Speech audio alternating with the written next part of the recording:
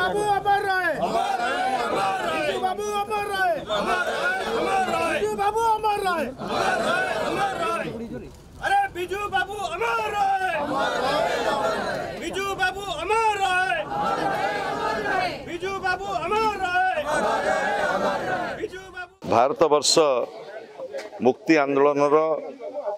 अनन्य जननायक अगस्ट क्रांतिर नेता प्रबाद पुरुष स्वर्गत बिजू बाबूंकर आज 109तम पवित्र जयंती रे तांको स्मृति उद्देश्य रे गभीर श्रद्धांजलि आम अर्पण करुचु। गोटे दशंधि रे गोटे शताब्दी रे यही भली जड़े जड़े महापुरुष जन्म नियंती जी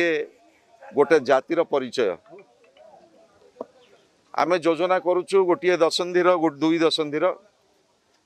किंतु प्रबाद पुरुष स्वर्गत बिजू बाबू स्वप्न देखुले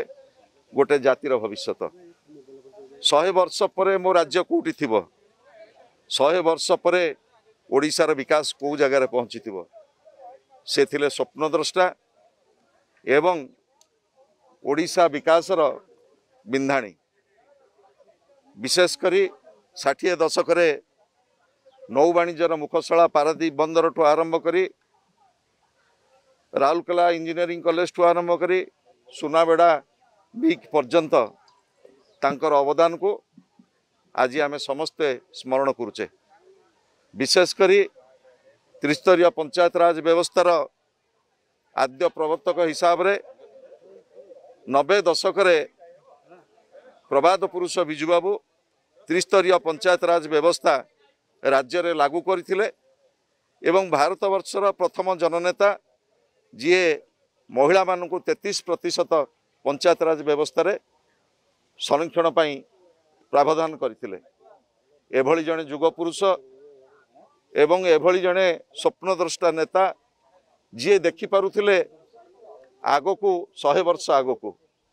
से अनुभव करुथिले जे जो दिन पर्यंत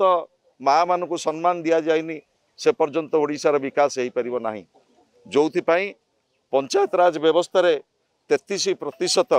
महिला रिजर्वेशन करी से मातृजाति की जो सम्मान देइछंती आज ताकू सारा देश एवं समग्र राज्य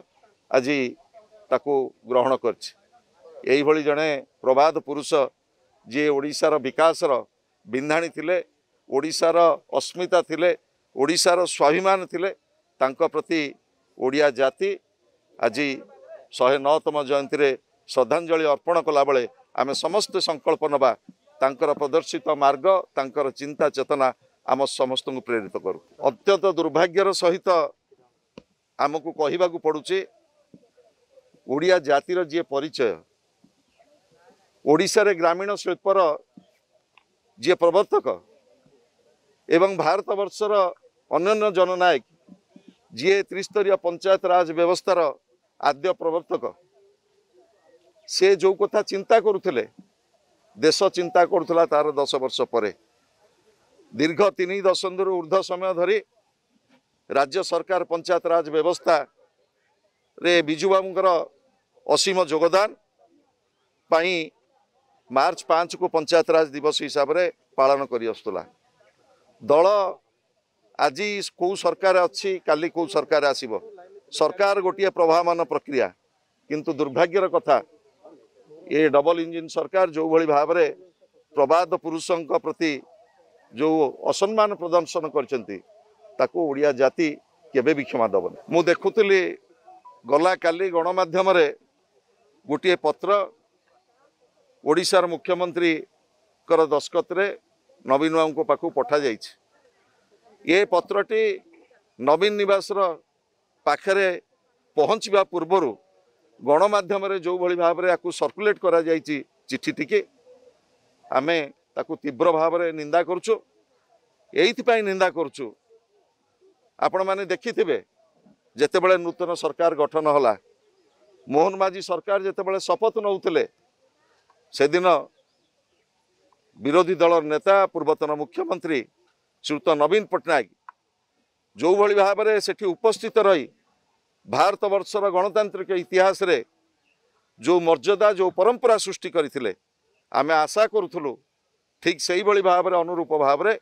विरोधी दल नेता को आसिकी संखुलिबा कथा एवं ओडिशार जनसाधारण ताकू विचार करिवे व्हाट्सएप रे जो भली भाव में निमंत्रण पत्रटीए पठेई देई राज्य सरकार ताकू प्रचार करुछंती जे आमे निमंत्रण करिचु ताठू बड़ी दुर्भाग्य आ किछि न थाई पारे। पूज्य पूजार सबु जगार आज करा जाउचे एवं राज्य सरकारंकर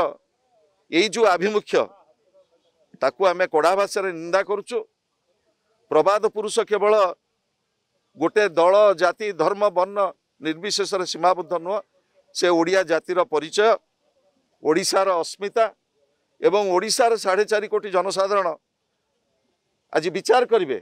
प्रबाद पुरुषों प्रति जो अपमान करा जायछि।